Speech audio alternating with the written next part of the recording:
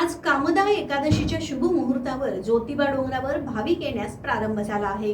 ज्योतिबा चैत्र यात्रेसाठी बेळगावची सासनकाठी ज्योतिबा उत्सव मूर्तीसह मंदिरात दुपारी 12 वाजता वाजत गाजत दाखल झाली. ज्योतिबाची चैत्रयात्रा अवघ्या 4 दिवसांवर येऊन ठेपली असताना आज दुपारी 12 वाजता कर्नाटकातील बेळगाव येथील ज्योतिबा उत्सव मूर्ती ज्योतिबा डोंगरावर दाखल झाली. 127 किलोमीटर अंतर चालत ज्योतिबा डोंगर येथे दरवर्षी बेळगावची ज्योतिबा उत्सव मूर्ती दाखल होते.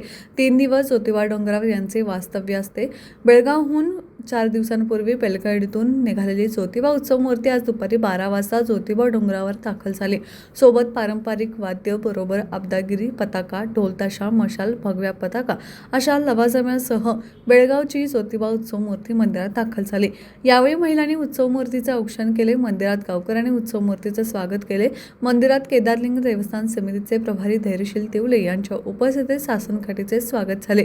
भाविक मोठ्या संख्येने उपस्थित होते. बैलगाडीतून आलेले भाविक ज्योतिबा डोंगरावर दाखल झाले. ज्योतिबा डोंगर येथील पाण्याची टाकी या ठिकाणी त्यांचा मुक्काम असतो. पारंपरिक रीतिरिवाजा पद्धतीने बैलगाडीतून येणाऱ्या भाविकांनी ही परंपरा आजतागत जपली आहे. या बैलगाडीतून थोड्या मोठ्यांसह लहान बालकही सहभागी झाले होते.